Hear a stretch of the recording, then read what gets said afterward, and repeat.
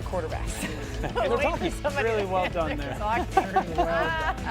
Dan Orlovsky, Field Yates is here. Adam Schefter is with us as well. We have a lot to get to, so we're going to start off with Shefty. Hello, Adam. What is the latest on the Commanders' wideout, Terry McLaurin?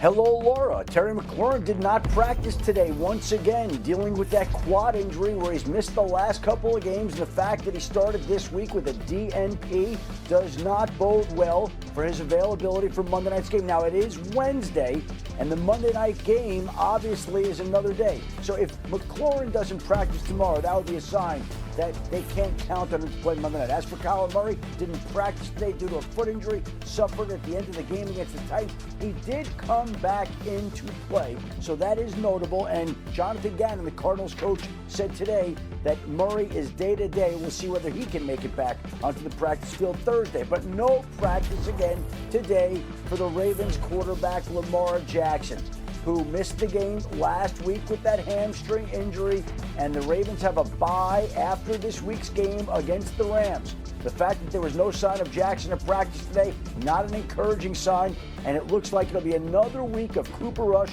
in a week in which there will be more Ravens missing, but there was some positive, encouraging news today.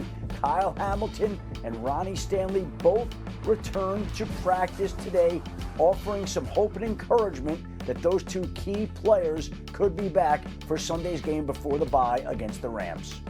Just a rash of injury for those Ravens. More from Adam throughout the show. And as you heard Adam say, Phil, no practice for Lamar. They do get a bit of help, hopefully, with Kyle Hamilton, Ronnie Stanley back. Any hope for the Ravens against the Rams this weekend? Very concerned. This Rams team, which, by the way, lost in very disappointing fashion last Thursday night, is going to come to Baltimore extremely disappointed after their defeat against the 49ers. I'm concerned because the offense had really no answers last week. Of course, the defense had zero answers. I thought that maybe last week the way that the Texans would approach the Ravens offense is we're going to stack the box and make Cooper Rush beat us with his arm. Believe it or not, they actually saw the Ravens did a lower percentage of stacked box runs for Derrick Henry than in the 5 or 4 weeks leading up to the first full game without Lamar Jackson. Like, they basically just said, you're just not good enough right now, even with Derrick Henry running the football between the tackles. They're really, really threatened by you. If you're looking for a confidence builder right now, Dan, it's your offense faces the Ravens defense or your defense faces the Ravens offense. Obviously, the Texans are a great defense. They're number one in points per game allowed so far this year. But because of the injury attrition, I just don't see it against this Rams team this weekend. Yeah, I see the Rams very much so winning this game. They're going to be able to run the football. We know there's run defense struggles. Bad. This defense cannot get to the quarterback. You give Stafford time with this passing group and pass concepts designed, they'll be just fine. I'll say this about the Ravens. Just get to the bye week. I can make the claim that the bye week is more important than the game. Yeah. And that's crazy because you're sitting there 1-5. But get to the bye week, see how healthy you can get. Obviously, Lamar leading that way. And then figure out if you can realistically make a run. If you can find a way to win this game, that's absolutely sensational. But coming off of how you looked last week, it's really hard for me to try to think of a way. They got to get to the bye week. The division they play in helps right now because they have 2 games against Pittsburgh coming up, so they can potentially cover some ground. But they got to start playing good football. For sure. You know, we can sit here and talk about injuries all we want. There's a lot of teams that are dealing with injuries. Yeah. You have to start playing good football. You have to be fundamentally sound. You have to be in the places you're supposed to be on defense, whether you're a starter or a backup. You got to be able to maintain a block on the offensive side and complete passes on a consistent. Until Baltimore starts playing good football, we're not going to take them seriously when it comes to the playoff conversation. As far as we know, Derrick Henry is still healthy, and Derrick Henry was held to under 50 rush yards in 4 straight starts. That's his longest career streak. Feels like they got to find a way to get him the ball more, get him more success. He gets better as the game goes on, too. All right, new on NFL Live. We're going to go here next as the Lions and Chiefs face off on Sunday night. That's going to be a great matchup. Here's Patrick Mahomes and Dan Campbell today on the game. It's extremely important. I mean, there's no way around it. This is a really good football team that we're going to play. They play extremely hard, and they have a mentality. They're going to come in and win a football game, and so we have to match that intensity. We have to match that mentality, and then knowing that it's going to take our best football. You got to do a number of things with him. You know, first of all, he can smell a rat from a mile away. So if you're going to disguise, boy, it better be worthy of a Grammy. because this guy sees it all and he smells it immediately. He can alter protections. He can get to different things in the pass game. But you got to be careful that you don't want to become something you're not either. I'm imagining Patrick Mahomes like sniffing the air like, I smell that defense. Okay, we know the Lions are an elite offensive team, leading the league in scoring and fifth in efficiency, but they're also a top-notch defensive team, ranking second in defensive efficiency behind only the Vikings. Last year, only one team ranked top 5 in both offensive and defensive efficiency, and it was the Super Bowl champion Eagles. Pretty cool to see them get to full strength, getting Aiden Hutchinson back this year. Dan, what stood out to you about the Lions defense so far this season? Old school principles in a new era.